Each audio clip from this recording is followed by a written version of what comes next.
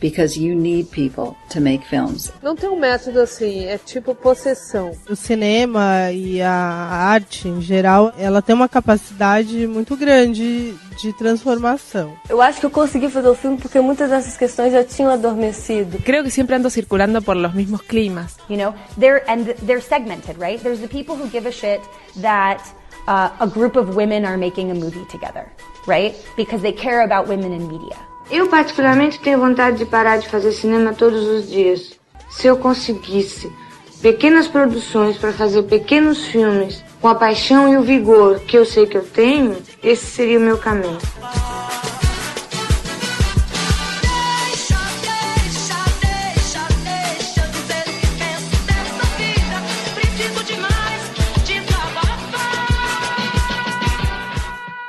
Feito por Elas, o podcast que discute o protagonismo das mulheres no audiovisual.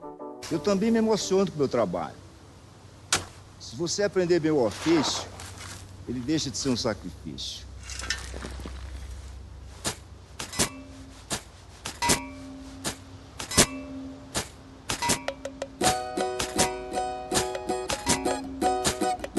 No embalo da minha pá, eu vou abrindo a terra, aos poucos a gente cava a sepultura mais bela. Olá, ouvintes! Olá, eu sou Camila Vieira, escrevo para o blog sobre cinema, para o site Verberenas e faço a curadoria do Cineclube Delas. Eu sou a Stefania Amaral do Instagram Discos da Stay e do Cinema em Cena. Sou Samantha Brasil, do Delírio Nerd, do Cineclube Delas. E eu sou Isabel Wittmann, do Estante da Sala. E você está escutando Feito por Elas, o podcast que discute o protagonismo da mulher no audiovisual. O coveiro é quem prepara a derradeira morada de todo cidadão. No embalo da minha pá, eu vou. No podcast de hoje, nós vamos conversar sobre a cineasta brasileira Juliana Rojas. Juliana nasceu em Campinas, no interior de São Paulo, em 1981. Ela se formou em cinema com especialização em montagem, roteiro e som em 2005 pela Escola de Comunicação e Artes da Universidade de São Paulo. Ainda durante o curso, conheceu o também diretor Marco Dutra, com quem iniciou uma parceria. Juntos, os dois dirigiram em 2004, como trabalho de conclusão de curso, o curta O Lençol Branco, que foi exibido na sessão Cine Fondation do Festival de Cannes. Em 2007, a parceria se repetiu com Um Ramo e em 2009 com As Sombras. Em 2011, a dupla dirigiu seu primeiro longa juntos, Trabalhar Cansa. Em seu trabalho solo, a diretora fez os curtos Vestida, em 2008, Pra Eu Dormir Tranquila, em 2011 e O Duplo, em 2012, além do longa Sinfonia da Necrópole, em 2014. Juliana também trabalhou como montadora no documentário Pulsações, de 2011, no telefilme Corpo Presente, de 2009, e nos filmes O Que Se Move e Quando Eu Era Vivo, esse último do próprio Marco Dutra. Acho que, para começar, a gente poderia falar que a filmografia da Juliana Rojas é bastante peculiar, no sentido assim, de que ela busca fazer um cinema de gênero que não é muito tradicional no cinema brasileiro, quando a gente para pensar em retrospecto, e ela está sempre tentando trabalhar com uma espécie de suspense ou de terror do absurdo, mas no cotidiano. Nem sempre é no sentido de criar uma situação de medo, mas mais no sentido de criar um estranhamento em situações que são realmente cotidianas, né? Então, vamos começar falando um pouco assim da obra dela num geral. O que vocês acharam de assistir os filmes dela? Uma coisa que eu achei super legal e me chamou bastante atenção é que essa parceria dela com o Marco Dutra é uma coisa muito rica e muito bonita, né? Porque, por exemplo, eu tive acesso a um making-of do Trabalhar Cansa, em que a gente vê como os dois trabalham juntos e a gente percebe que o trabalho dos dois é de forma bastante harmônica. Eu achei tão bonito ver os dois trabalhando, como um respeita o outro no set, sabe? Assim, óbvio que eu vi um making-off só, mas ali a gente já percebe um pouquinho de como eles se dão juntos, né? E é bacana que isso se dá desde a faculdade, né? E eles estão juntos até hoje, trabalhando vários filmes juntos. E é curioso que mesmo nos filmes que eles fazem sozinhos, a gente percebe que, de alguma forma, um leva a bagagem do outro pro filme do outro. É bacana isso. Sim, é verdade, Sam. Eu acho que tem essa parceria muito legal que a Juliana construiu com o Marco Dutra na época da faculdade, né? Desde a época que eles estudaram junto cinema na USP. E eles formaram esse coletivo chamado Filmes do Caixote, né? Junto com... são eles dois e o Caetano Gotardo. O Caetano Gotardo ele fez a montagem do Trabalhar Cansa, o longa-metragem O Que Se Move, a Juliana fez a montagem desse filme, e o Caetano também faz uma pequena participação no final ali do Trabalhar Cansa como um dos caras que ficam gritando. Assim... então... Não, quase todos os curtas também ele que monta, isso, né? Isso, então são 3 realizadores que, de certa forma, eles vão mudando as funções no trabalho de uns dos outros, né? Isso eu acho muito bacana, essa turma que se formou na ECA USP. E o que eu percebo do cinema da Juliana Rojas é uma precisão muito grande, é um cinema muito, muito sóbrio no sentido de que ele não recorre a muita estilização para contar uma boa história, né? Eu acho que são filmes que são muito centrados no roteiro, são filmes extremamente planejados, ele tem um planejamento de filmagem muito rigoroso, no sentido mesmo da decupagem dos planos e fazendo muitos storyboards. A Juliana gosta muito de fazer storyboards, ela fazia quadrinhos antes de fazer cinema. Então tem essa influência dos quadrinhos também. E acho legal pensar esse diálogo com o gênero dramático, né? No sentido de que todos os filmes dela tentam conciliar o realismo com elementos fantásticos.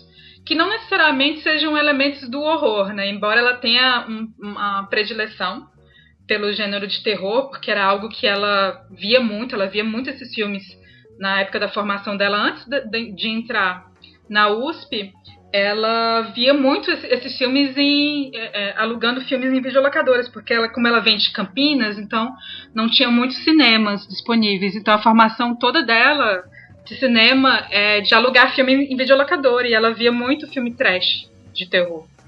Então tem essa influência muito forte do horror, mas eu acho que quando ela vai trabalhar com comédia, em Sinfonia da Necrópole, que também tem alguns elementos do horror, o que fica mais forte é o fantástico, né? Então todos esses filmes têm essa relação entre o realismo e o fantástico. Puxando esse gancho da comédia que você falou, Camila, eu sempre noto que ela coloca um toque de humor, assim, muito especial, não é só um horror puro, né? É um gênero fluido muito interessante, assim. Eu lembro muito do David Lynch assistindo aos filmes dela.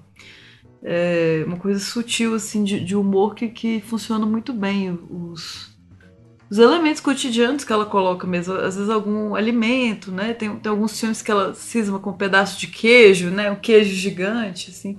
Então funcionou bem demais pra mim, tô encantada. Eu tive o prazer de assistir praticamente tudo que tem no IMDb dela, que ela fez, desde os primeiros curtas, assim, que é curioso que o Marco Dutra atuava, né? Ele era um personagem mesmo, assim, um ator nos primeiros filmes, no 3 planos, 9 planos e no Dancing Queen de 99. E desde sempre, assim, ela tem muita maturidade na direção dela, né? O Notívago também, que é outro curta legal de 2003, antes do Lençol Branco, ainda na faculdade, ela já fazia muita coisa boa. E absolutamente encantada. Ela com certeza vai ganhar um capítulo na minha dissertação. Opa, foi um presente já aí da Stefânia. E pegando esse gancho que a Camila falou, do trabalho dela com o Marco Dutra e o Caetano Gotardo, né, essa troca deles permanente, e eu até ia inserir um pouquinho, não tanto na Juliana, mas no Marco Dutra, a Gabriela Amaral Almeida também, né, que de certa forma participa do roteiro do Quando Eu Era Vivo, que aí é só dirigido pelo Marco, mas eles também usam sempre os mesmos atores, né, o que eu acho fantástico. E aí, de vez em quando, dá uma certa sensação de que alguns filmes podem ter uma certa continuidade, porque o tema é afim, os atores são os mesmos, né, o que eu acho fantástico é que ela, por exemplo, revelou atores como a Dana Mate, o Mara Decates, né, que são atores fantásticos e atuam em muitos filmes do cinema brasileiro atualmente, né? O Mará, então, está em bastante longas, a Gilda faz mais curtas, mas são 2 atores fantásticos e que trabalham muito na filmografia da Juliana Rojas, né? Então, a Luciana Paz também, que fez Sabrina Necrópole, são atores que estão sempre permeando esse universo meio do fantástico, meio do horror, na filmografia também que eles escolhem trabalhar, mas são atores que estão desde o começo com esse meio coletivo, né? E é bacana a gente perceber o quanto esses grupos coletivos no Brasil têm funcionado bem, né? Filmes de plástico, tem vários grupos coletivos pelo Brasil todo, né? Nordeste, Sul, Minas, que estão se organizando de forma aos diretores trabalharem juntos e pensarem de forma coletiva os seus cinemas. Quando um, por exemplo, interfere na montagem do outro, no roteiro, tá todo mundo meio conjunto, né, em afinidade ali de pensamento com o cinema. Deixa eu só complementar uma coisinha que a Sam falou, porque a Sam falou da Gabriela Amaral Almeida, e eu não sei se vocês se lembram, mas a gente até no podcast lá de Halloween, né, que a gente falou dos curtas da Gabriela Amaral, o Marco Dutra, se eu não me engano, ele fez a montagem do A Primavera. E o Matheus Rocha, que é o diretor de fotografia, fez a direção de fotografia do Trabalhar Cansa. Então, de certa forma, também a Gabriela dialoga muito, apesar de não fazer parte do coletivo, né? Mas ela dialoga muito com o cinema da Juliana, do Caetano, do Marco. Então, eu acho que, se não me engano, acho que a Gabriela é da USP também. Ela é formada na ECA da USP. Também, é da USP. Que, aliás, vai lançar um longa esse ano, né? Isso. Sim. Comercialmente, porque eu acho que a Anima Cordial até agora não foi lançado comercialmente, mas parece que o novo longa dela vai ser lançado com data de 2017, pelo menos aparece no MDB. Estamos aí esperando animadas esse longa da Gabriela. E o novo longa da Juliana, né? As Boas Maneiras que ela tá fazendo com o Marco. Sim, também. sim. Também. Total. É interessante esse universo compartilhado que a Samantha mencionou como se fosse um universo compartilhado e esses dados extras que a Camila trouxe, porque realmente a gente assistindo os filmes da Juliana, a gente percebe uma certa atmosfera que dialoga muito com os filmes da Gabriela também, embora o da Gabriela tenha mais a ver com uma certa domesticidade, né? Mas o clima dos filmes é muito parecido. E depois que eu vi também que foi a Juliana que montou o Quando Eu Era Vivo, fez muito sentido, porque o Quando Eu Era Vivo parece muito... também essa coisa da atmosfera dos filmes que ela faz junto com o Marco Dutra, né? Embora ela não esteja dirigindo junto, é uma continuidade de trabalho que a montagem também garante que fique essa marca dela e ao mesmo tempo a marca da direção dele, né? Então é muito interessante como esses trabalhos eles estão conversando um com o outro. Cada diretor está tentando buscar o seu espaço e o seu estilo, né? Mas tem toda uma continuidade aí que é bem, bem bacana. Então, em como a gente não consegue falar, como eles estão muito embrincados um no outro, da Juliana Rojas com o Marco Dutra, eu fiquei pensando muito quando eu vi os filmes dela, revi agora os filmes dela, né, pro podcast, porque eu já tinha visto todos, e é uma diretora realmente que me interessa muito, muito interessante, muito promissora, que eu tô sempre de olho em tudo que ela faz. A gente percebe quando o Marco Dutra vai fazer o Silêncio do Céu, e aqui eu vou lançar uma polêmica, né? O quanto a gente percebe que inclusive o protagonismo dele muda quando ele tá num filme solo, mas sem ela, a gente percebe realmente uma diferença, porque por mais que no Quando Eu Era Vivo também os protagonistas eram masculinos, né? Embora tivesse a Sandy ali de alguma forma permeando aquele imaginário, no Silêncio do Céu a gente tem uma total inversão de perspectiva de fato dos personagens, né? Que a gente vê o filme todo pela ótica do marido. E eu fiquei me perguntando quanto a ausência da Juliana Rojas ali tinha influenciado nessa opção do Marco Dutra, né? Porque os filmes que eles fazem juntos tem uma pegada muito mais de um protagonismo de mulheres, né? Uma coisa muito mais... Você percebe uma mão ali de uma mulher diretora junto, sabe? Que eu senti essa falta, talvez, no Silêncio do Céu. Não sei se vocês sentiram isso. Eu fiquei apaixonada pelo Silêncio do Céu, assim, absolutamente estarrecida. Mas depois que eu conheci o cinema dele com ela também, agora eu consigo perceber, assim, que é bem diferente, assim, que ele realmente é outro diretor, parece. Que com ela ele tem algo mais, não sei, óbvio, né, algo mais feminino, que talvez o Silêncio do Céu seja mais frio, assim, mais seco. Acho que o cinema da Rojas em todos, assim, ele é muito maternal, né? Tem a questão da maternidade, inclusive o novo dela, né? Eu achei que tem a ver com uma questão da gravidez e da maternidade também. Então, acho que nesse sentido, assim, é um filme mais masculino mesmo, O Silêncio do Céu, mas eu adoro. Eu concordo com a Samantha, eu acho que tem uma diferença profunda, assim, quando a Juliana vai fazer os seus trabalhos solos, e mesmo quando ela trabalha com codireção com o Marco, a gente percebe essa recorrência, né, de personagens femininas que são extremamente fortes, mesmo em situações dentro do universo doméstico. E aí eu vou discordar um pouco da Isa, assim, porque ela falou que a Gabriela trabalha mais o universo doméstico, mas eu acho que os filmes da Juliana também tem muito isso, né? Eu acho que tem essa exploração do espaço da casa, só que não é só isso, eu acho que também questiona relações de trabalho. A gente vai ver que esses 2 longas dela têm esse questionamento muito forte das condições de trabalho. Ao mesmo tempo, também tem uma reflexão muito forte do lugar dessa mulher dentro desse universo doméstico.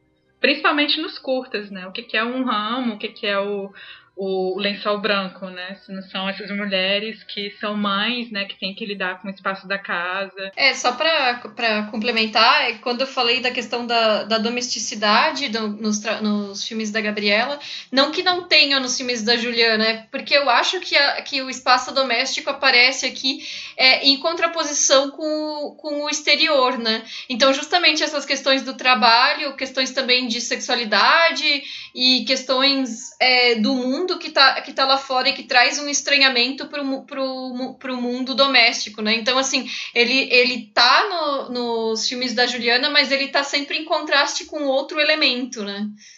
Mais ou menos isso. É verdade. Aí só para falar rapidamente, porque a gente ainda vai falar sobre esse filme especificamente, por exemplo, o Sinfonia da Necrópole, quem é o protagonista é um homem, que é o Deodato, né, que é o aspirante a coveiro lá, que vai trabalhar no cemitério, mas a personagem que aparece para desestabilizar o filme é uma mulher. Né? Por exemplo, diferente do modo como Marco Dutra vai usar a personagem feminina em Silêncio do Céu. Eu acho que a gente percebe claramente aí o quanto tem de um e de outro, que a gente vê os filmes que eles fizeram separadamente. E eu acho que, assim, nos filmes que eles fazem em conjunto, a marca da Juliana Rojas me parece muito mais forte do que a do Marco. Não sei, eu posso estar viajando aqui, mas me deu a sensação, assim, pensando, para pensar isoladamente os filmes que eles fizeram sozinhos, sabe? Me deu essa impressão. Sim, sim. Eu acho que agora a gente pode falar um pouco sobre os curtas, né? O primeiro curta da Juliana que nós vamos falar sobre é O Lençol Branco, de 2004, que aborda o luto de uma mãe jovem após a morte de seu bebê. E o filme ele passou na sessão Cine Foundation do Festival de Cannes, que é destinado a trabalhos desenvolvidos por estudantes. Em seguida, nós vamos conversar sobre Um Ramo, de 2007, que trata de uma mulher, a Clarice, que certo dia descobre uma folha nascendo de seu braço direito e a arranca. Nada esclarece o que está acontecendo, enquanto ramos crescem pelo seu corpo. O filme ganhou o prêmio Descoberta da Semana na crítica de melhor curta-metragem no Festival de Cannes. E, por fim, O Duplo, de 2012, em que uma jovem professora chamada Silvia tem sua aula interrompida por alunos que veem seu duplo pela janela. Ela tenta ignorar a aparição, mas o evento perturbador passa a impregnar seu cotidiano e alterar sua personalidade. O filme venceu o prêmio Descoberta, menção especial no Festival de Cannes. Então, primeiro a gente já vê que os 3 filmes marcaram presença em Cannes, né? São os 3 curtas. E os 3 têm protagonistas mulheres, lidando com questões relacionadas à corporalidade delas, de certa forma. A primeira acabou de dar à luz há pouco tempo, né? A segunda tem o seu corpo em transformação através de uma forma vegetal, vamos dizer assim. E a terceira tem o seu corpo duplicado em uma imagem que é o duplo dela, né? Que, na verdade, traz uma coisa assim de um azar, né? De uma coisa macabra, né? E aí tem o desenrolar dessas 3 tramas com o estranhamento, ou com o luto, ou com a dor, com coisas que modificam a rotina das personagens mesmo. Sobre o Lençol Branco, assim, começando, me chamou muita atenção o uso da televisão nesse filme, assim, porque são exibidos filmes dublados, né? Que pelo que dá a entender, eu consegui ler o roteiro dele, criaram as falas desses filmes dublados, então, e encaixa muito bem. Tem um momento que um menino na TV fala assim, não, eu estou de passagem. E aí o humor que eu falei no início retoma muito aqui em contraste com a situação desesperadora da mãe, né? E tem o momento da TV estática na madrugada, né, quando acaba de passar a programação. E é fantástico, assim, o desfecho também muito misterioso, né? Tudo que acontece sem dar spoiler. E assim, eu penso que seria uma depressão pós-parto ali mesmo, o que ela está passando. E a maternidade aterrorizante, que é uma recorrência da Juliana. Eu acho que esses 3 curtas, né, essa trinca que a gente acabou selecionando para poder falar mais aqui no podcast, são muito, embora com temáticas parecidas, mas diferentes, um pouco como são sobre identidades da mulher, né? E o quanto o exterior e a sociedade, de certa forma, com imposições muitas vezes de fora, né, modificam essa nossa identidade. No primeiro, a mulher que é mãe, e no segundo, a mulher que é casada e o quanto o casamento talvez vai interferir naquela sua identidade, e o terceiro, a mulher que é uma profissional. Quer dizer, cada uma no seu estereótipo, né, do que seriam os papéis da mulher na sociedade, digamos assim, mas todos os 3 falam um pouco sobre identidade, são redescobertas, de certa forma, né? E concordo muito com a Stefânia, que a maternidade nos filmes da Juliana estão sempre, de alguma forma, relacionadas ao terror, digamos assim, né?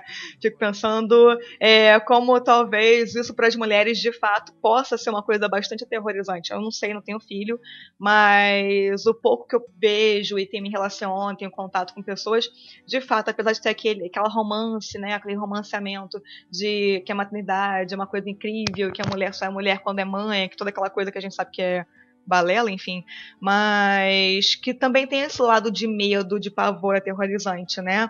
Recentemente eu vivi, por exemplo, a experiência junto com meu irmão e minha cunhada do nascimento da minha sobrinha, que está agora com quase 2 anos. E essa coisa do filme do Lençol Branco, ela experienciava e contava pra gente muito fortemente, sabe? Então, assim, eu vendo esse filme, me lembrei muito daquele comecinho do nascimento da minha sobrinha, do quanto elas tinham medo, e quantas mulheres têm muito medo de repente, por estar tão cansadas, deixarem esse bebê cair no chão e o bebê virar óbito, alguma coisa desse gênero, né?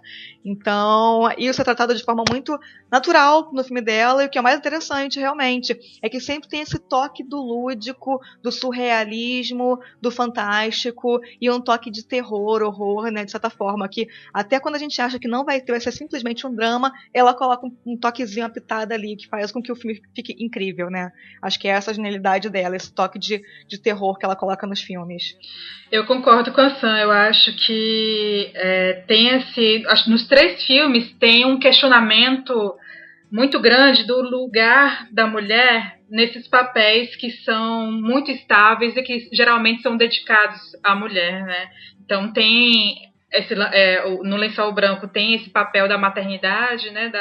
Da mulher cumprindo esse papel de mãe, e que ali a gente percebe que a maternidade pode ser muito aterrorizante, como os próprios curtas da Gabriela Amaral já vem trazendo isso também muito forte, né? É uma personagem que é uma mãe solteira, né? Que tá lidando ali com... A gente não vê, né? O personagem masculino. Na verdade, o papel masculino é o pai, né? Que tá ali do lado dela. E a gente não sabe o que aconteceu ali, né? As coisas já estão dadas, né? Ela tem que cuidar desse bebê e, ao mesmo tempo, ela sofre de indisposição e tem que ficar tomando esse remédio, e coisas estranhas começam a acontecer. Eu acho que tem esse trabalho de som muito forte que a Esther falou, mas também eu gosto muito da ambiência do filme. Eu acho que me lembra muito Jeanne Dielman. As cores do filme, sim, os tons pastéis, assim, me lembrou muito assim, o mesmo visual, a mesma ambiência. Também os enquadramentos são muito rigorosos, da mesma forma, talvez não tanto formalistas quanto é o filme da Chantal Akerman, mas eu acho que tem essa coisa da frieza do espaço doméstico ali dentro desse universo aterrorizante da maternidade. E num ramo... Camila, até a atuação, né? Até a atuação da atriz também tem essa coisa meio monocorde, assim, né? A atriz ela perde todo aquele clímax que acontece no filme e ela continua com a mesma cara plácida o tempo todo, com tudo que ela faz durante o filme. Então, realmente, isso que você falou é interessante. Me lembrou nesse sentido a Jeanne Dielman, realmente. Então, aí no ramo, a personagem da Helena Albergaria, que vai aparecer no Trabalho a Câncer, que eu acho ela uma atriz fantástica. Eu conheci o trabalho da Helena vendo ela no teatro. Depois é que eu vim descobrir que ela fazia os filmes da Juliana. Mas ela faz parte da Companhia do Latão, que é uma das principais companhias de teatro assim, do Brasil. E eu acho ela muito incrível mesmo. E ela faz essa personagem que também tá sufocada dentro desses afazeres domésticos, né? Se a gente lembrar a primeira sequência, ela tá arrumando o quarto. E aí vem um pombo e entra na janela do quarto. E aquele pombo ali fica preso. Acho que é quase como se fosse uma metáfora dela, né? Que não tem ali uma certa liberdade, mas de certa forma ela joga para a janela de volta aquilo, mas é como se desse o tom, né, do que vai ser o filme nesse aprisionamento doméstico, do casamento também, de ter que cuidar do filho. Então tem isso, e ela se torna uma planta. O que é uma planta, né, se não é você criar raízes? Eu acho muito metafórico nesse sentido, assim, sabe? Desse lugar, desse papel muito estável que ela se encontra, né? E como isso é aterrorizante. E no Duplo tem a personagem da Sabrina Greve, ela faz uma professora, né? Que é também, acho que parece ser um lugar muito estável. Um papel muito estável que a mulher, de certa forma, representa na sociedade, no sentido de que é a mulher que vai educar, né? Ela tá sempre ali colocada nesse lugar da que vai educar, né? Então, e aí cria esse elemento de instabilidade dentro do próprio filme com a exploração desse mito do duplo, né? Essa questão essa comparação com a Jeanne Dielman eu achei muito legal, porque quando eu estava assistindo o Lençol Branco, eu fiquei pensando sobre a direção de arte dele, porque a cozinha é total uma cozinha suburbana dos anos 70, né? Com aqueles móveis... tipo um laqueado colorido, né? Então tem um armário azul bebê, assim, num canto. E a própria protagonista, ela usa um casaco, um cardiganzinho, assim, ao longo do filme, que também é azul bebê. E o fato de não aparecer o pai, eu fiquei relacionando a cor da roupa dela, toda azul, com uma cor de Virgem Maria, sabe? Porque ela tem essa coisa da maternidade com uma figura masculina que não se materializa, e ela tá sempre ali de azul, envolta por azul, e ainda tem a questão do leite, né? Porque depois que o bebê... Pode falar um spoiler, assim, depois que o bebê falece, o leite, ele ainda teima em sair, né? Ela ainda tem essa questão do aleitamento, né? Então ela tem um vínculo que, mesmo com a morte, ele não se desfaz. Eu achei muito poderoso, assim, essa relação que é feita da maternidade ali em cena. E aí um comentário meio besta, assim, uma coisa que eu reparei e que eu fiquei rindo. E eu não sei se foi proposital, porque na época... o Marco Dutra e a Juliana Rojas eram 2 estudantes universitários, então sabe-se lá, né? Mas eu não sei se vocês perceberam que na hora que ela acorda no meio da noite com o bebê chorando, ela olha no rádio relógio e o relógio tá marcando 4h20. Então, entendedores entenderão, né? Assim... Eu acho que foi uma mensagenzinha subliminar de universitário, isso aí. Boa. E aproveitando a deixa da Camila, que falou sobre... Eu vou me adiantar um pouquinho aqui. Mas já que a Camila já falou do duplo e sobre a protagonista ser uma professora, eu também fiquei pensando que a forma como ela se traja é muito contida. Ela usa umas camisetas fechadas até em cima, né? Umas saias retas, cardigan, um cordãozinho com um pingente que eu acho que era de santinha, alguma coisa assim, né? Então existe essa coisa da mulher, quando é professora primária, principalmente, ser entendida como uma pessoa assexuada. Ela não pode expressar os desejos dela e a corporalidade dela e o físico dela. Ela não pode viver enquanto ela vive no local de ser a professorinha. E no meio do curta, a gente tem uma cena que é inserida, que é justamente uma cena de sexo. Que é uma quebra dessa expectativa do que ela vinha, do que é esperado dela socialmente e do que ela vinha performando socialmente até então, da maneira dela se portar em público, né? Então eu acho que a questão do duplo também tem muito essa relação de a pessoa que ela é e a pessoa que ela precisa ser em público e como aquilo aparece e assusta os demais e se torna algo... um presságio negativo, né? Algo nesse sentido. E eu acho que tem muito a ver com isso, com o aprisionamento do corpo da mulher na função professorinha. Sim, concordo. Sensacional essa analogia, e inclusive essa cena, ela é uma quebra pra mim, inclusive na filmografia da Juliana, assim, porque eu não lembro de ver outros, tem alguns momentos de casal, legal, mas nesse sentido, assim, da forma como foi, eu achei surpreendente assim, a cena que ela filmou. Muito bem gravada, né? Não é uma crítica, mas me surpreendeu. É muito forte essa cena de sexo. E gosto demais do duplo, gosto de todos, né? Mas justamente por como é perturbador, como que o ambiente escolar pode ser muito assustador. Assim, esse momento assim, delicado assim, de estar na escola, eu acho um palco perfeito para um filme de terror, um pátio de escola. E é um filme também que o horror é muito gritante, né? Ele é muito sangrento, né? Nos outros, às vezes é uma ponta, um suspense mais forte, uma coisa bizarra, um monstro. Aqui eu achei bem mais intenso a forma que o terror se dá, assim, bem físico. E outro detalhe que eu reparei, assim, Isabel falando de detalhes, tem um momento que ela tá aterrorizada e atrás dela, assim, na sala dos professores, tem uma capa da revista, acho que é da Piauí, que tem uma capa aterrorizante também, assim, tem uma expressão de horror. Então não é por acaso, é muito estudado assim, a cena, né, toda. Tem sim uma conversa com até vampirismo, canibalismo, né? É um curto assim, inacreditável de perfeito. Para mim ele é impecável. E todos os prêmios muito merecidos, assim. Que mais que podemos dizer? Eu só falei do duplo. Um ramo, aproveitando a minha fala aqui, fiquei apaixonadíssima também com a Helena Albergaria, né? Não sei falar o sobrenome dela chique, igual a Camila falou. Albergaria, Helena Albergaria, maravilhosa. E é o mesmo casal do Trabalhar Cansa, né? Que a gente ainda vai falar no ramo. Então, dá essa ideia de continuidade que você falou. Falando em figurino ainda, tem um casaco que ela usa também, que ele é verde, né? E ele parece grama. E bem conversa com esse momento dela que ela tá virando uma dríade, né? Que é uma figura feminina árvore, né?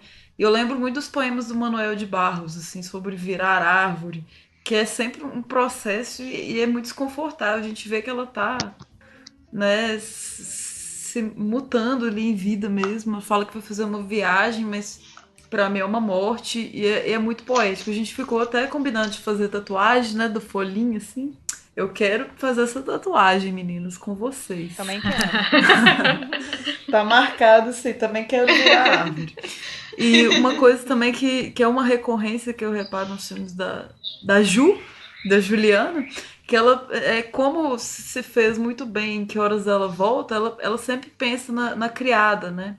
Na doméstica, na mulher que vai ficar com seu filho ali, no quanto que ela se substitui. Então ali nesse ramo também já tem uma criada, tem um momento que ela descasca a cebola e chora naturalmente, dá uma impressão de premonição de algum evento trágico. E é um filme muito poético, assim, ele é quase um videopoema, ele tem poucos diálogos, a gente entende ele todo na fotografia. E que mais? Tem um outro filme que não é da Juliana, que é do Marco Dutra, mas que eu assisti nesse embalo, tem uma conta no Vimeo muito boa que chama Trabalhar Cansa, que tem quase todos os filmes deles. Aí no embalo eu assisti o Rede de Dormir também, que também tem essa atriz, a Helena, e é muito curtinho mesmo, assim, é um momento que ocorre numa sala de espera de hospital. Eu indico vocês assistirem sessão dupla aí de curtas com o ramo, que eles estão bem relacionados. pegando o gancho da Stefania que comentou sobre o duplo, eu acho que desses que a gente pegou pra ver, de fato, é o mais assumidamente de terror, né, da Juliana. No sentido que a gente realmente percebe que esse duplo dela própria, da Sabrina Greve, quer destruí-la, né? Então, quer dizer, o quanto aquele processo de fato, nos 3 filmes, mas eu acho que nesse fica mais evidente, por conta das imagens do roteiro mesmo, o quanto é doloroso esse processo, né? De você ter que cumprir um papel social no mundo esperado, né? Que é o lance da professorinha, como a Isabel bem colocou, e o quanto ela fica ali se degladiando com esse papel, e mesmo assim ela não quer cumprir aquela função, e de certa forma quem vai ajudar ela nisso é a Gilda, a personagem da Gilda, que é uma mulher super pra frentex, né, no curta, né, bem mais despojada, já se libertou, digamos assim, aparentemente, daquele papel que aprisiona a personagem da Sabrina Greve, né, e eu acho isso bem bacana. Inclusive, eu e a Camila, a gente fez uma sessão em 2016 de filmes de terror dirigidos por mulheres no Cineclube delas, onde a gente exibiu o duplo, A Casa de Cecília, da Clarice Alpert, e o Demônio Não Sabe Brincar, da Mabel Lopes, que também tem como protagonista a Luciana, que é a mesma protagonista do Sinfonia da Necrópole, que também que também faz uma boa jogada com esses 3 papéis também, né, da mulher, e como a mulher vai... Como ser mulher é muito aterrorizante de uma forma geral, né? Então, acho que esses 3 filmes, de uma certa forma, dialogam muito isso, do quanto ser mulher em sociedade, esse papel da mulher definido para nós, é aterrorizante, e eu acho que a Juliana Rojas brinca com isso de forma magistral nos 3 filmes dela.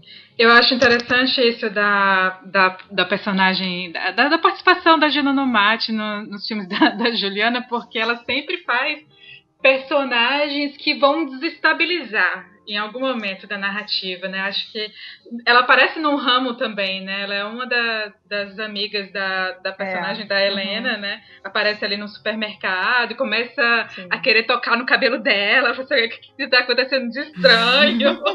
E ela com aquele sorriso assim, um pouco macabro, né? Eu acho que ela sempre traz esse elemento assim, de alguém de fora que vai ali desestabilizar ainda mais aquela protagonista. No Trabalhar Cansa, ela também aparece, né, como a atendente lá do supermercado, né, que também é uma figura bem estranha, a gente pode falar depois. Sim.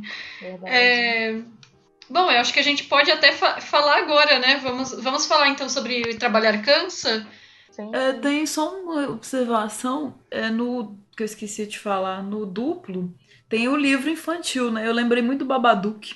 Sim!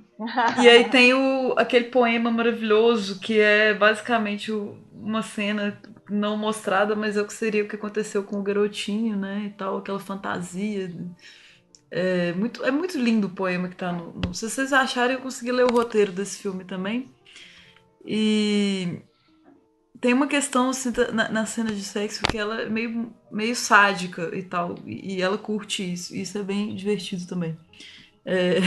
Tem uma cena que eu não reparei também, eu li no roteiro e eu vou ter que rever o filme, que parece que ela olha no espelho e a imagem dela não é refletida. Aí, de novo, uma coisa ligada ao vampirismo, assim. E vocês falaram da Gilda Nomasi. Só lembrar mais um outro curto aqui que a gente não vai comentar aqui, mas pra mim acho que é um dos melhores dela, que é o Desculpa, Dona Madama, que é o último, de 2013. Ele tem a Helena Ignes também. E que coisa fantástica esse curto, ele é sensacional. A trilha sonora dele, ele foi feita com mais diretores, assim, tem o João Marcos de Almeida, o Caetano Gotardo, que vocês falaram também, e o Sérgio Silva. Sensacional esse Desculpa, Dona Madame. Por favor, assistam. De novo a relação da doméstica e tal, e vira uma farra surrealista, assim, a questão inexplicável. Pronto. Só uma observaçãozinha rapidinho, então, já que a Stefania lembrou de novo essa cena do sexo da Sabrina Greve. Depois que eu fiquei pensando o quanto recentemente o Petros Cariri colocou uma cena meio que similar, né, com uma outra estética, mas também com essa mesma pegada de catarse e tudo mais, no Clarissa, Alguma Coisa Sobre Nós Dois, que é um filme maravilhoso também, nossa, visualmente incrível, fotografia maravilhosa, e que também é protagonizado pela Sabrina Greve, e que tem uma cena de sexo que emula um pouco dessa sensação que aparece no duplo da Juliana Rojas. E aí eu fiquei pensando, né, o quanto de repente ele não viu esse filme e teve uma inspiração ali. Então, já estávamos mencionando alguns detalhes sobre o Trabalhar Cansa, né, que é o filme de 2011 da Juliana, e que é protagonizado por uma personagem chamada Helena, que é uma jovem dona de casa que se prepara para abrir seu próprio mercadinho. Ela contrata uma empregada doméstica, Paula, para cuidar da casa e da sua filha, mas quando seu marido Otávio é demitido, ela tem que sustentar a família sozinha. A pressão aumenta quando ele não consegue outra colocação e os negócios no mercado não decolam. O filme foi selecionado para a mostra Um Certo Olhar e a dupla de diretores foi indicada para a Câmara de Ouro em Cannes, além do prêmio especial do júri no Festival de Paulínia. Bom, o Trabalhar Cansa é um filme bastante interessante, justamente por aquela temática que a gente estava conversando antes, sobre essa questão de contrapor o ambiente doméstico com o mercado e tratar também sobre as expectativas sociais, principalmente nesse caso, eu achei, pelo menos, em torno do homem no casal, porque existe uma certa cobrança de ele se portar como um provedor, no caso, né? E o fato de ele não conseguir essa colocação, esse emprego, fica aumentando a pressão, tanto dele quanto a questão do relacionamento dos dois, da família, e essa pressão, ela acaba sendo, de certa forma, representada nos elementos que rondam o mercado, que são os cachorros, né? Que depois vai ter uma explicação melhor, né? E que isso tudo culmina com uma demonstração um tanto quanto ridícula de masculinidade no desfecho do filme, né? Então, acho que ele brinca muito com essas formas de representação de masculinidade e do que se espera de masculinidade na sociedade. Inclusive no Papai Noel, não é? Porque temos um personagem masculino aí no mercadinho, que é um sensor de presença, que é aterrorizante, aquele Papai Noel. E é outra figura masculina desestabilizada aqui. Aquele final, não só uma representação ridícula da masculinidade, mas é o surto, né? Assim, é cabuloso aquele final, é muito visceral. E começando do final, né? Esse Trabalhar Cansa é muito impressionante, que os personagens dele não tem um lugar social, mas eles não são estereótipos, né? Eles são bem construídos mesmo. Não quer dizer que é porque ela é uma dona de casa, vamos supor, vai ser assim, assado e tal. Eles são bem... a personalidade deles é mais do que o lugar social. A direção de arte é, de novo, muito impressionante. Assim, para reforçar o casal, tem uma cena que são 2 taças de vinho, 2 garrafas, 2 pães, e é uma cena muito bonita. É um casal muito unido, né? E é legal também que não cai no clichê. Por exemplo, ele fica sozinho em casa, tem a doméstica. Ele não abusa da doméstica. Por exemplo, ele tem uma hora que ela baixa assim e fala, ai meu Deus, ele vai começar a pegar. Não, ele oferece ajuda e tal. Não é um clichê. E aquele local todo do supermercado também eu acho bastante aterrorizante. Que ele estava fechado há muito tempo, aí tem aquelas baratas, né? Que é sempre um indício de sujeira ali. A filha do casal... ela, eu acho que é a atriz de estátua da Gabriela Amaral, se eu não me engano. Ela é ótima atriz, aquela criança, sensacional a expressão dela, facial, né? Ela é muito boa. E sempre, de novo, eu reforço o elemento cômico que ela sempre coloca, assim, que não é aquele riso babaca, é um riso nervoso mesmo. Naquela dinâmica. Tem uma psicóloga que faz aquele balão de festa, assim, um personagem e tudo. Tem esses momentos, assim, meio que cômicos e tal. Os indícios de sangue, assim, que vão aparecendo, às vezes no ovo, né? O dente da menina, que você já vê que não é um filme de família. Muito bom aquela peça na escola também, uma peça, já que o filme é sobre trabalho, né? Uma peça infantil sobre a abolição da escravidão, que é super, assim, uma ideia distorcida, tal. Tipo, o menino branco com a cara preta que comemora, assim, que também é meio engraçado, mas é uma puta crítica social. Nossa, a turma inteira, né? A turma inteira de blackface, cara. Exatamente, o puta blackface ali. Mas eu acho... Olha a plateia também, só tem branco na plateia, né? Incrível.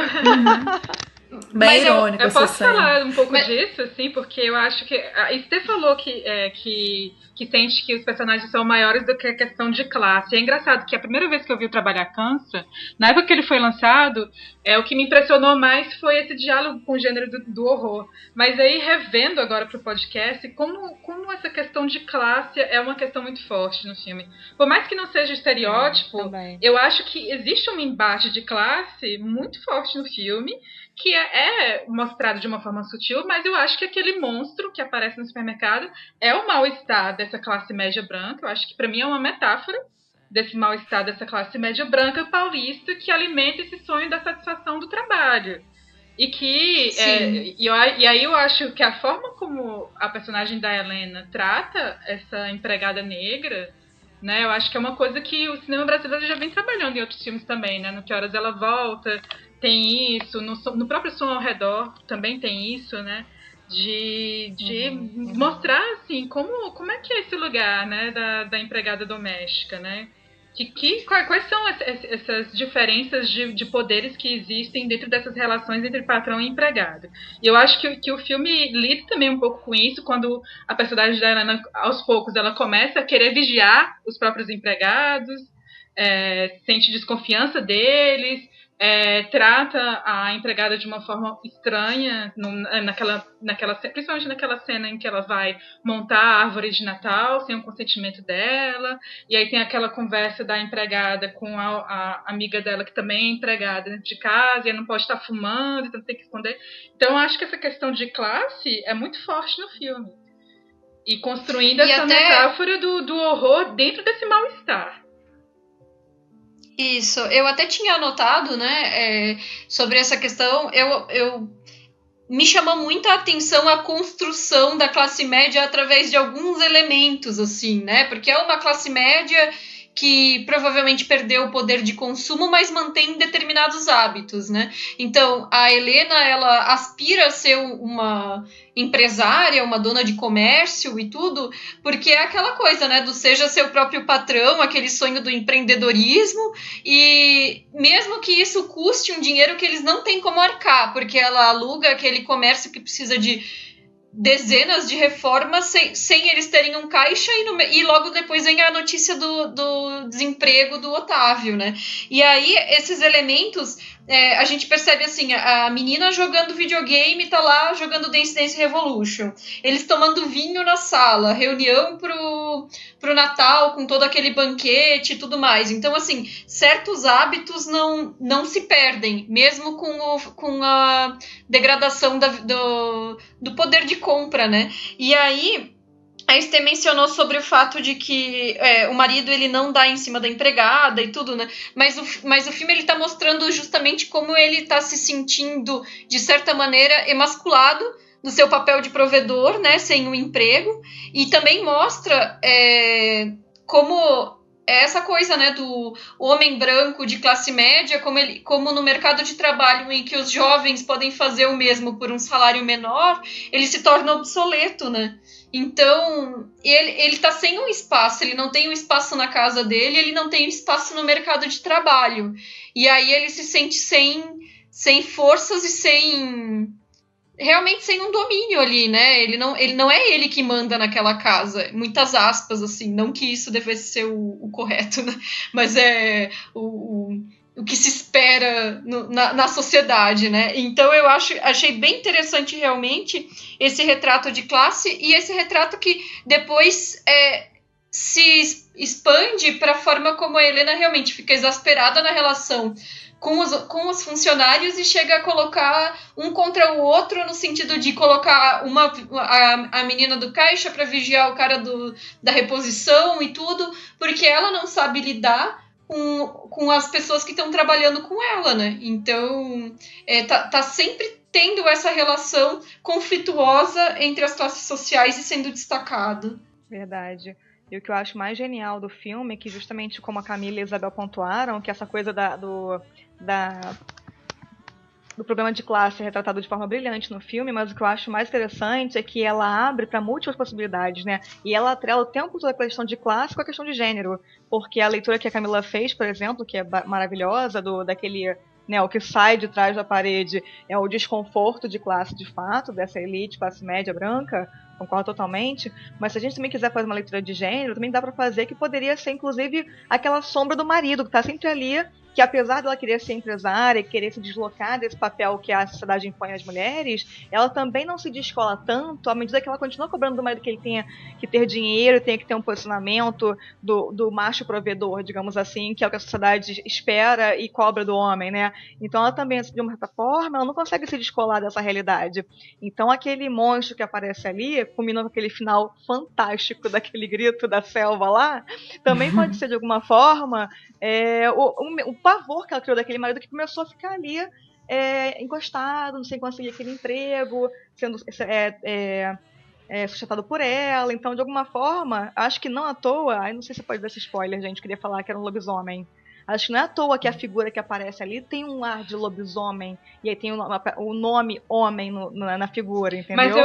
Que eu acho que remete tudo isso. Eu também. acho que ele não consegue.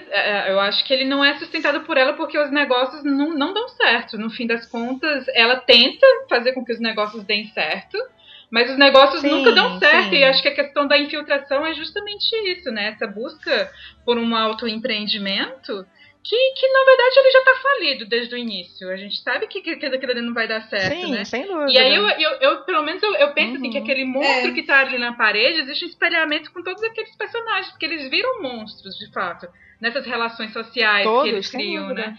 E aí isso é a questão da competição, né? Como é que você consegue sobreviver num mundo capitalista e você tem que competir. Então você vira monstro, é sobrevivência na selva, assim, é terrível. Mas eu tive a mesma leitura que a Samantha. É por isso que eu tinha mencionado na apresentação que eu achava que a incapacidade dele de sustentar a família se manifestava na presença dos cachorros que rondavam a loja, porque eu acho que isso está relacionado, assim, essa incapacidade com os cachorros, com o lobisomem, culminando na necessidade desse homem deslocado de um lugar dentro desse sistema capitalista de ser o animal que ele precisa ser, que é o final do filme, né? E, inclusive, a questão de mostrar que o mercado já tinha pertencido a outros dois irmãos e que, pelo jeito, eles também não tinham conseguido lucrar, fazer funcionar naquele contexto daquele bairro, né? E alguma cliente em um determinado momento fala, um deles era meio estranho, então provavelmente esse que era meio estranho foi o que virou bicho, que virou lobisomem. Foi o que eu Eu acho que o fantástico do filme é que são muitas as metáforas, e isso é incrível, né? Eu acho que a gente vê amanhã, vai encontrar mais uma metáfora, e isso é brilhante do filme. Inclusive tem um momento na festa de Natal que é a luz de velas, porque o Otávio não conseguiu pagar a conta de luz, né? Em que a irmã dele fala em claro e bom tom, assim, eu não preciso de homem nenhum, né? Em momento nenhum. E ela fala isso pra mãe da Helena, dando a entender assim, vamos para o quarto? Nossa senhora! Será? Eu achei fantástico. Eu fiquei pensando no climão que é essa festa de família, assim, achei incrível. Ela falando que foi o Natal mais tosco que ela já teve, né? É verdade. Aliás, essa personagem da mãe da Helena é detestável, né? Porque o que ela faz com a empregada é horrível. Ela é a mão de fato ali da senhora ali, do engenho, entendeu? Bizarro, cara. Essa personagem é odiosa, realmente. Aliás, o arco dessa personagem, da empregada doméstica negra, assim, eu acho um arco muito incrível e muito desesperador, assim, porque ela começa sem ter carteira assinada, né, trabalhando para a família da Helena, e depois ela vai ser garçonete no restaurante com carteira assinada, e o cara diz, agora você existe. Nossa! Exatamente. É cabuloso. Quer dizer, é a classe média mesma. É aquela que quer todos os jeitos não dar direito pros outros, né? Quer dizer, você vai ser uma empregada, mas eu não vou te dar nenhum benefício com isso, querida. Mas eu quero ganhar todos os louros. É uma incongruência total, que é esse retrato, realmente, né? Tanto que a Helena, quando contrata ela, diz que o primeiro mês era só experiência e por isso ela ia ganhar menos que o salário mínimo. E ela ainda ameaça, mesmo, né? Ela ainda ameaça, ela diz assim, se você quiser procurar outro lugar, na verdade eu só te chamei porque você é conhecida porque fulaninha de tal que eu conheço... a tia dela. Acho que a tia dela te indicou, você é de confiança. Como assim, né? Como se isso fosse justificativa, né?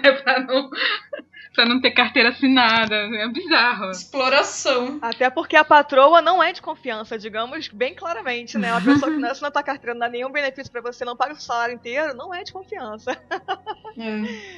Só um destaque aí, eu também assisti ao Making Off, que a Samantha comentou, muito bom o Making Off, e ele tem mais animais daquele zoológico de empalhados que o pai vai visitar com a filha, que eu acho uma cena incrível, total, assim, verdade. que tem aquele bezerro com 2 cabeças, que é outra cena que me lembra muito David Lynch, que é bem aterrorizante, e é um vazio, né, só tem os 2 no sítio, só tem os 2 no zoológico, é o enorme vazio que fica, assim, por ele estar desempregado, né? É uma crítica a isso. Já vem aí a metalinguagem do duplo, né? Já vem o duplo aí na ideia deles, ó. Aquele bode lá com 2 cabeças. Boa. Mas eu acho assim que o casal, depois disso tudo, assim, eu consigo perceber a evolução, sabe? No momento que ela quebra a parede, assim, inclusive a Juliana na direção fala, você tá indo quebrar a parede, você cruzou uma linha de insanidade, você não é mais a mesma pessoa.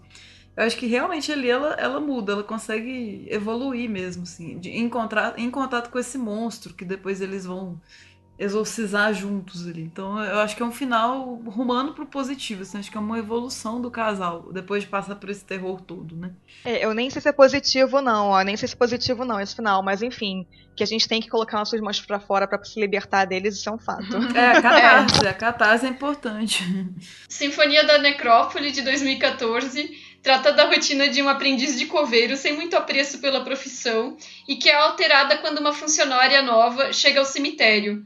Juntos eles devem localizar túmulos abandonados, mas eventos estranhos os fazem pensar sobre as implicações de interferir com os mortos. O filme é vencedor do prêmio de melhor filme longa nacional pela crítica no Festival de Gramado e de melhor trilha sonora no Festival de Paulínia. Esse filme é bem interessante, né? Porque ele brinca, de certa forma, com esses elementos do horror e do terror que já estavam presentes mas no trabalho da Juliana, mas de uma maneira mais direta, né? Pensar nessa coisa dos mortos-vivos, do cemitério, mas no final das contas ele não é exatamente nem um filme de terror nem de suspense. Ele tem uma certa carga dramática, uma pitada de humor mesmo, trabalha dentro do gênero musical, mas nunca se concretiza a coisa do terror propriamente dita. Inclusive eu vejo ele muito mais pro lado do humor mesmo, assim, eu acho muito divertido, as músicas, assim, algumas me fazem chorar, que são muito lindas, e outras eu acho muito divertidas. E quando os momentos mais marcantes de humor, é muito inteligente, tem aquele Seu Jaca, né, até o nome dos personagens, o padre, super legal, aquele momento que ele fala, malditos góticos, que é quando à noite ele fala, é muito bom, à noite ele fala que tá vendo uns vultos, assim. Eles voltaram. Não, muito bom, assim, aquela coisa meio thriller, né, do momento, é fantástico, o figurino da dança, quando ele vai passar a noite lá, é tudo muito bom. E que mais? Tem uma cena linda de uma das músicas que caem umas gotinhas no carro, assim, e aí é o instrumento musical no momento que cai as gotinhas e tal. E o título, provavelmente isso foi pensado, né? Porque tem um filme brasileiro que chama Sinfonia da Metrópole, que é de 29, que é do Rodolfo Lustig e Adalberto Kemeny. Então, assim, certamente eu acredito que seja um trocadilho o título, com Sinfonia da Metrópole.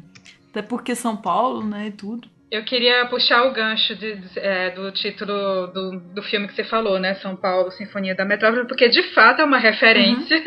Esse título é de fato uma referência para Juliana. Ela pensou esse título Sinfonia da Necrópole por causa desse filme dos anos 20, porque era um filme que falava de uma época de modernização da cidade, e de certa forma ela tá, por mais que seja um filme de comédia, seja um musical, que seja leve, acho que talvez seja o filme mais leve que se passa dentro de um cemitério, né, dentro de uma situação que é meio mórbida, eu acho que ela traz muita leveza nisso.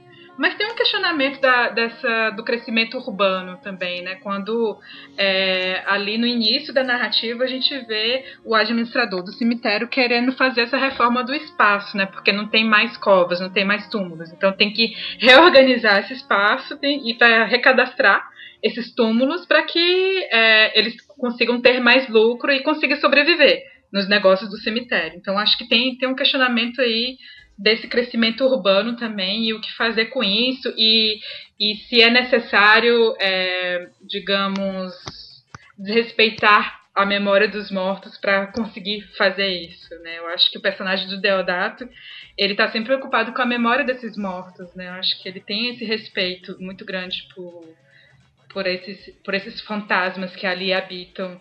E a personagem da Luciana Paz, ela é uma personagem mais pragmática, né? Inclusive, eu vejo uma força muito grande nessa personagem feminina, porque ela, de fato, ela é muito dedicada ao trabalho, né? Ela tem essa coisa da pragmática, do trabalho, e ele já é um pouco mais, quase como se fosse um anti-herói, né? Um pouco, é o personagem que desmaia no próprio emprego, tem uma sensibilidade, né? Ela fica questionando, você é muito sensível, né?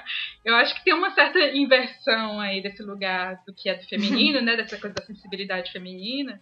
E aí a personagem da Luciana Paz, ela traz essa outra força que a gente normalmente não vê, né? Os personagens que são mulheres, né? Ele escreve poesia, né? Que essa sensibilidade dele. Essa sensibilidade dele é cobrada o tempo inteiro, né? Por ela, pelo chefe, todo mundo dizendo, né? Você é muito sensível, é algo que é repetido algumas vezes ao longo do filme, né? Então, realmente, é um contraste entre uma certa postura durona dela e essa sensibilidade dele. Cinquenta Necrópole, pra mim, é um dos filmes mais geniais no que toca ao uso dos espaços urbanos e especulação imobiliária que eu já vi na vida, assim, porque ela usa todos esses elementos que vocês já falaram, que é um toque de humor, um toque de musical, para falar de uma crítica social muito grande do como a gente está usando nosso espaço social, nosso espaço urbano, e o quanto a questão de classe, que é quem tem dinheiro e quem não tem, vai influenciar diretamente nisso, né? E ela usar o cemitério, as pessoas mortas e toda aquela realocação das tumbas, né, para construir o cemitério vertical é muito genial. Até essa questão da verticalidade que ela trabalha no texto dela do filme é muito interessante para falar sobre a questão de classe, né? E a gente vê que é um filme divertidíssimo, que fala de questões seríssimas, temas muito caros, cada vez mais importantes e mais difíceis da gente que, né, vive aqui no espaço urbano se reconciliar com esse espaço cada vez mais caro, mais dispendioso, né? E o do quanto a questão ética vai sendo jogada por baixo do tapete. Que aí esse personagem do Deodato tem toda essa questão ética, moral muito fortemente nele, e a personagem da Luciana Paz, que vem para desestabilizar esse cemitério que aparentemente estava ali numa normalidade, numa paz, né?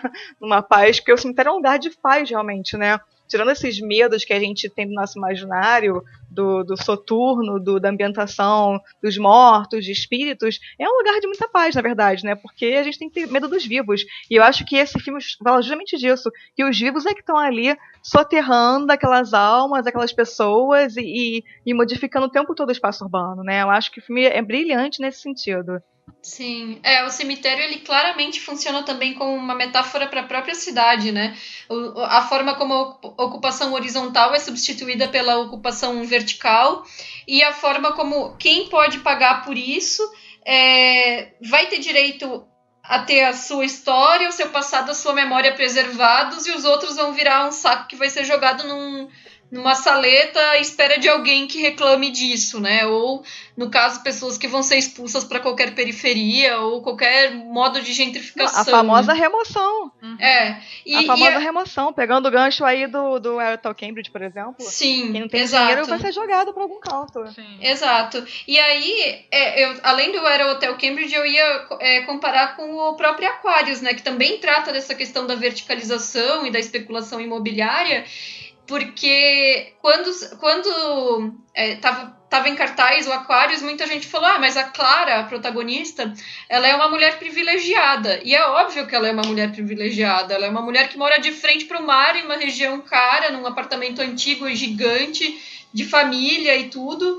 Ela é uma pessoa que tem dinheiro, mas se uma pessoa como ela, com a situação financeira dela, não consegue ou tem dificuldades de enfrentar uma corporação, o que dizer das demais pessoas, né? Então, justamente, ele está trazendo esse tipo de questionamento. E aqui no Sinfonia da Necrópole, mesma coisa, assim, é a questão de pensar como esses espaços vão ser ocupados, como vão ser verticalizados e quem vai ter acesso a essa verticalização e quem vai ser expulso, né? Porque, no final das contas, são indivíduos que, nesse caso, estão mortos, e estão sendo representados talvez por algum membro da família quando esses conseguem ser localizados, mas que não tem direito ao seu repouso eterno, né? Não tem direito ao seu local de repouso e assim privando esses familiares que estão vivos justamente desse apego da memória, né? Não tem onde cair morto, né? Falando assim, já que é humor. Tô usando uma expressão popular triste, né? E em relação a gênero também, é muito inusitado trabalhar todas essas questões num musical, cara. Eu fiquei tentando lembrar, assim, eu conheço o cinema nacional, mas é mais contemporâneo, assim. E musicais não é... Eu não consigo lembrar, assim, do que a gente tem, assim, nossos musicais brasileiros, assim. Vocês falem isso, se rolar, mas não tem nenhum que eu fale assim que o Brasil trabalha. Tipo, eu não consigo falar, nossa, eu lembro daquele que eu gostei muito e tal. É muito inusitado. É o nosso La La Land, sabe? Ainda mais que o Deodato é uma pessoa com tendências a ser pianista, está perdido na vida, ele é o Sebastian, sabe? O que eu acho mais legal, o que eu acho mais legal é assim, que é um musical que ele é muito diferente porque as pessoas não precisam cantar bem, né? Os atores não estão... Exato. Sinceramente, eles não cantam bem, assim, não precisa você ter, sabe, uma super voz pra você fazer, tipo, o ator, né? Não precisa ter uma super voz pra ele fazer uma cena musical. Eu acho que ela consegue. Eu acho que o trabalho maravilhoso do Marco Dutra e da Juliana Rojas ao compor essas músicas, inclusive o Marco também compôs as canções que estão no Que Se Move, que é o longo do Caetano Gotardo, é justamente trabalhar músicas que não necessariamente exigem um apuro vocal dos atores. Né? Eu fiquei pensando no que você falou, Esther, dessa herança do musical no cinema brasileiro. A gente tem musicais, assim, da época da Atlântida, né, que eram para mostrar o trabalho dos cantores de rádio, essa virtuose da voz, mas não era assim dentro de uma questão da música se inserir dentro da diegese narrativa, que é uma coisa que a Ju bebe muito desse gênero mais hollywoodiano mesmo. Só que é diferente, né, como eu falei antes, né, que essas músicas não exigem tanto apuro vocal desses atores, as coreografias são mais simples, embora tenha aquele momento que eu acho maravilhoso, que é quando os mortos eles saem dos seus túmulos, ali naquele momento que é mais coreografado. Ai, é lindo. E mais, né, cinematograficamente é mais bonito, assim. E eu queria elogiar muito o trabalho da Flora Dias na direção de fotografia desse filme. A Flora participou também como diretora de fotografia do Duplo, então acho que ela faz um trabalho belíssimo mesmo de fotografia nesses dois filmes da Juliana. Aliás, a direção de arte desse filme também é incrível, né, gente? Porque toda aquela composição daquele cenário, daquele cemitério, do modo como as coisas vão se colocando em cena e todo aquele cemitério fazendo parte da narrativa, é muito sensacional aquilo. Eu fiquei impressionado com a direção de arte do filme. É a parte burocrática também. Eu até tossi, eu sentia poeira naqueles arquivos, sabe? É muito realista, muito sensacional. Então agora nós vamos para as nossas considerações finais e juntamente com os nossos jabás. Eu adorei ter revisto o cinema da Juliana Rojas. Tinha visto alguns curtas, não todos. Fiquei surpresa com alguns curtas que eu não tinha visto, como As Sombras, como A Criada da Condessa, que é um filme de vampiro, mas é um lance muito mais macabro do que isso. Fiquei surpresa de conhecer esses trabalhos que não são que são mais exercícios, né, da época que ela fez faculdade de cinema e depois ela vai apurando esse estilo dela como diretora. Gostei muito de ter revisto o Trabalhar Cansa e o Sinfonia da Necrópole. Eu acho que é uma diretora muito jovem que provavelmente no futuro ela vai fazer trabalhos maravilhosos. Assim, eu acho que a tendência é só fazer coisa boa. E eu estou muito na expectativa de ver o próximo filme dela com Marco Dutra, né, As Boas Maneiras. E é isso, assim, com muita expectativa para os próximos trabalhos da Juliana. Quem quiser acompanhar meu trabalho como crítica, eu escrevo para o blog sobre cinema, para o site Verberenas, e faço a curadoria do Cineclube delas. Então, assim como a Camila, eu também, né? Eu sou já há algum tempo apaixonada pelo trabalho da Juliana Rojas. Acho que é uma diretora realmente que a gente tem que estar de olho, porque ela está em ascensão, né? Uma ascensão muito grande. Eu acho que os filmes todos que a gente debateu aqui colocam temas importantíssimos e duros, né? Muitas vezes difíceis, principalmente os dois longas, né? Que tratam de questões muito que não são caras em termos de sociedade, né? Tanto o problema de classe, de gênero, quanto a questão da especulação imobiliária, de forma bastante irreverente, que eu acho que é uma marca dela muito boa, assim, né? Muito interessante, muito positiva. A irreverência do trabalho dela, que apesar de trabalhar com temas difíceis, fortes e complicados mesmo, ela sempre coloca um toque de ou terror ou de humor, aquele riso meio incômodo, né? Então acho que ela trabalha isso de uma forma bastante interessante. Os roteiros também, a gente percebe que é uma coisa bem trabalhada nos filmes dela. E eu estou muito curiosa pelo novo filme, As Boas Maneiras, principalmente porque tem a Isabel Zua como protagonista, né? E que é uma atriz que está em ascensão também aqui no Brasil. Ela é portuguesa, mas está fazendo muitos trabalhos aqui no Brasil. E ela está esplendorosa em Joaquim, né? E em Cabela, que são dois filmes que me marcaram muito do trabalho dela. Assim como O Amor é Foda, também um curtinho bacana, que a gente até exibiu no Cineclube delas no ano passado. Então, assim, Isabel Zua é uma atriz incrível. Eu tô muito curiosa porque, novamente, eles vão retomar o tema do lobisomem, né? E eu acho que o bacana do trabalho, tanto da Juliana Rojas com o Marco Dutra, que trabalham sempre em parceria, é o quanto as obras deles, não só por temática, mas com os elementos de cena mesmo, né? Estão sempre interligados. Eu acho super interessante o modo como acaba tendo uma metalinguagem entre as suas obras, né? E aí a gente fica sempre querendo mais, a verdade é essa. A gente quer o próximo filme sempre. Quando a gente acaba de ver a gente quer mais um pouquinho, porque é muito fantástico. Então fiquem de olho, né? Vocês podem me encontrar no site Delírio Nerd, onde eu escrevo minhas críticas, na página do Cineclube delas e na partida. Bom, eu acho que vocês já resumiram bastante do que é assistir os filmes da Juliana. Foi uma experiência bastante interessante. Eu ainda não tinha assistido nenhum filme dela. E era realmente uma falha na minha formação cinéfila, assim, especialmente se tratando de cinema nacional, né? E os filmes dela são muito interessantes. A forma como ela usa esse estranhamento para trabalhar justamente essas temáticas que estão relacionadas a gênero, a classe, a questões contemporâneas da sociedade. Gostei muito.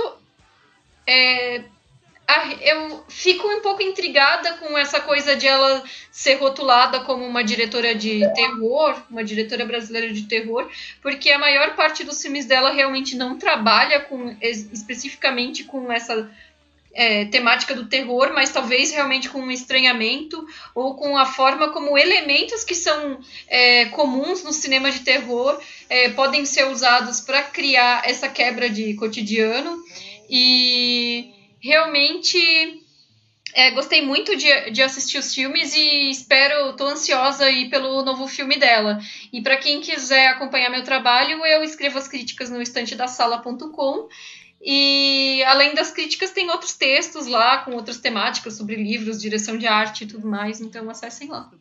Então, eu tô meio que voltando dos mortos aqui, vou ver se eu consigo não cair de novo até o fim do programa. Mas só destacar alguns outros filmes dela aqui que também amei. O Dancing Queen é de 99, ele é muito engraçado, ele é em preto e branco. Assistam, tem no YouTube. Um dos meus preferidos, 2005, Nenhuma Carta para o Senhor Fernando. Sensacional esse curta. Eu sempre vou me perguntar o que aconteceu com o Sétimo Andar depois de assistir ele. Que é uma coisa inexplicável, vocês têm que assistir. Vocês não podem viver sem assistir esse filme. E é só ir no Vimeo, na conta Trabalhar Cansa, que vocês conseguem assistir e continuar vivendo. Qual mais? As Sombras também gostei muito. Eu adoro aquela atriz, que eu vou embolar o nome dela, mas é a Jean Sganzella, que ela tá no ralé Isso, de Jean Sganzella. Isso. Ela tá no ralé da Helena Guinness também, eu gosto muito dela. E é um triângulo amoroso É gótico. filha dela, é filha da Helene Eis. Ó, massa, por isso. Aí, ó. Verdade. Tem muita Filha dela com tensão... os Ganzella. É isso aí, é isso mesmo. Tem muita tensão sexual nesse filme, é um triângulo amoroso fantástico. Pra Eu Dormir Tranquilo, que também tem a Sabrina Greve, é muito bom. A Criada da Condessa também amei, maravilhoso. Tem um que é o Sci-Fi da Juliana Rojas, que é o Nascemos Hoje Quando o Céu Estava Carregado de Ferro e Veneno, que ele é difícil de achar, mas ele tá dentro do filme das Maravilhas, que chama Desassossego, Filme das Maravilhas, que é um dos segmentos desse filme, mas o filme inteiro eu não indico, tá, gente? Eu não indico, o único segmento bom é o da Juliana Rojas, o único que valeu a pena, os outros eu não gostei mesmo. Eu assisti, inclusive, um mini documentário assim, de 2 minutos que ela fez para Petrobras, sobre uma cientista. Que é lindo, se a gente vê o toque dela mesmo sendo uma coisa totalmente técnica. Tem no YouTube também. A gente pode colocar o link para vocês. E eu tinha falado do curta Rede de Dormir, ele é muito bom, do Marco Dutra, mas eu queria falar, na verdade, do Espera. que é as características que eu falei, que é uma sala de espera no hospital e tal. Tem a Helena, e é isso aí. E a Juliana Rojas, amor eterno pra você. Tá sempre no meu coração. Vai estar na minha disc também no mestrado. E eu, gente, eu tô lá no Discos da Estê, como vocês sabem. Se vocês gostarem de música, me segue lá. E tá bom, vocês me seguem lá, tá bom. Não precisa nem entrar no meu blog, não. Pode ser só no Discos da Estê mesmo. Beijo pra vocês. E para quem quiser dar um feedback sobre esse programa e comentar quais são os filmes da Juliana Rojas que você já assistiu, quais que você gosta, qual que é a sua impressão sobre a obra da diretora, pode deixar um comentário pra gente no SoundCloud ou no nosso e-mail cinemafeitoporelas@gmail.com. Você também encontra a gente nas outras redes sociais, Twitter, Instagram, Facebook, Letterboxd, todas elas é só procurar por Feito por Elas, nós estamos lá. E também é possível nos ajudar a crescer através do Padrim ou do Patreon. Colabora com a gente, padrim.com.br/Feito por Elas ou patreon.com/Feito por Elas. E é isso, pessoal. Até a próxima. Beijo. O espaço é bem menos escasso e serve ao dono de mansão. Não quando há inchaço, isso é só um braço de quem fez dieta em vão. Massa ao molho pesto, sugo bolonhesa, os prazeres do fogão. Depois a sobremesa e o bicarbonato. Da vida não se leva o prato. Da vida não se leva o prato. Não se leva jamais. Esse não me diga é para mendiga. É de quem não tem tostão. Se o vento desabriga, se a boca não mastiga, a morte não é maldição. Nela, Jaqueline, eu tento não pensar. Não posso perder o chão. Se eu fraquejar, quem é que me socorre? A pessoa é para o que morre.